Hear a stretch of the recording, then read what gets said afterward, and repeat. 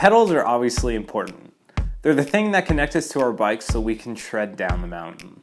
But if we're honest, it's a lot more fun to spend money on our bikes themselves than it is on accessories like pedals.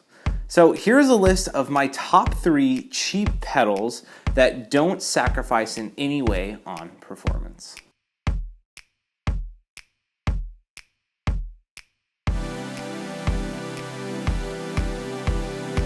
Hey guys, Josh the Daily Mountain Bike Rider here, and today I want to talk to you about pedals, and specifically cheap, flat composite pedals that are high quality but at the low end of the price range. And the 3 pedals I'm going to be looking at today are the new Kona Wah Wah 2, the 1UP Composite pedal, and the Race Face Chesters. I'm going to go through the pros and the cons of each of these pedals and tell you which of these pedals I think is best suited for you. I truly don't think there is a one-size-fits-all pedal, but I think these 3 come out as 3 of the best cheap pedals that can suit most people's needs. Now, before I talk about those pedals, let me tell you why you should listen to me about these kind of things. I've been riding mountain bikes a lot for the last 2 years and for a total of about 5 years, and I've had a love-hate relationship with pedals. I feel like every pair of pedals that I've gotten ends up in one of 2 categories. One is the pedal breaks and it causes me a ton of frustration, especially out on the trails. And 2 is that the pedal breaks me. I have the scars to show it on my legs. And at the end of the day, I just kept begging for somebody to tell me what pedal should I buy that's going to actually hold on to my shoe, give me the best trail feel, and most importantly, last a really long time. And I think all these pedals fit that category. First up is the new Kona Wah Wah 2. These are composite pedals from Kona. They come in at $50 and they weigh just 359 grams. These pedals are great for a couple of reasons. First is they are big pedals. Both being long and wide, these pedals are definitely designed for people with bigger feet. I have a size 10, and while these definitely aren't too big for me, I'm very much on the small end of the range for these. Another good thing about these pedals is they have great concave to them. They don't have any bumps in the middle, so your feet stay very flat and there's no pressure points. And lastly, the spikes on these have the biggest profile on them, so they give the most grip. Now, the cons about these pedals, the biggest one that comes out is also its benefit, and that's that they're huge. For most people's feet, they're just going to be a little too big and they're going to be overkill. And the second thing is that they may get in the way while you're out on the trail.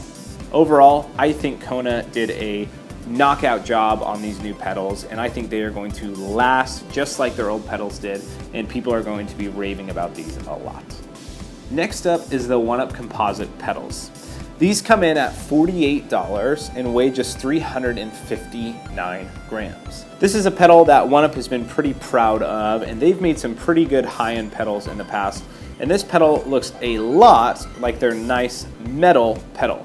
I went to a local bike shop here, Fanatic, and was able to compare them side by side, and they had almost the exact same profile with the exact same spike setup.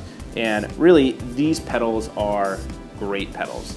They're super strong, they have a great profile on them, they're not too thick, they're not too thin, and if I'm honest, in a lot of ways, they have a lot of the same profiles that the Chester has. A couple of the benefits is this has the most spikes on them with 10. Along with that, it has, I feel, the best profile from your crank. I've ridden a lot of pedals that the pedal feels too close to the crank, and I've ridden others that are too far, and I feel like 1UP really hit the sweet spot on there. Now, the big con that I felt in these pedals, and that is that you can't tell it by looking at it, but there's definitely a high spot right in the middle where the pedal connects to the crank.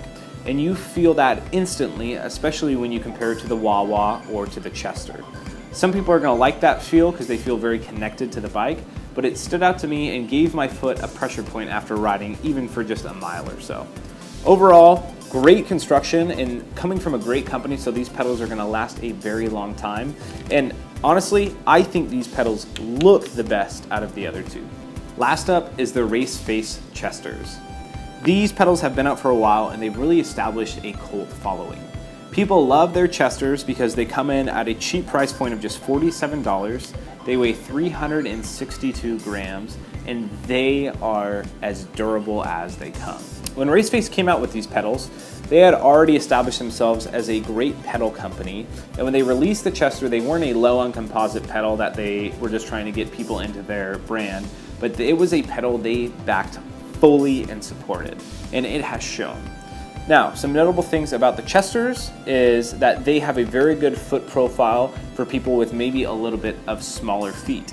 I would say if you're a shoe size 5 all the way up to a 10.5 to 11, this pedal is going to be great for you.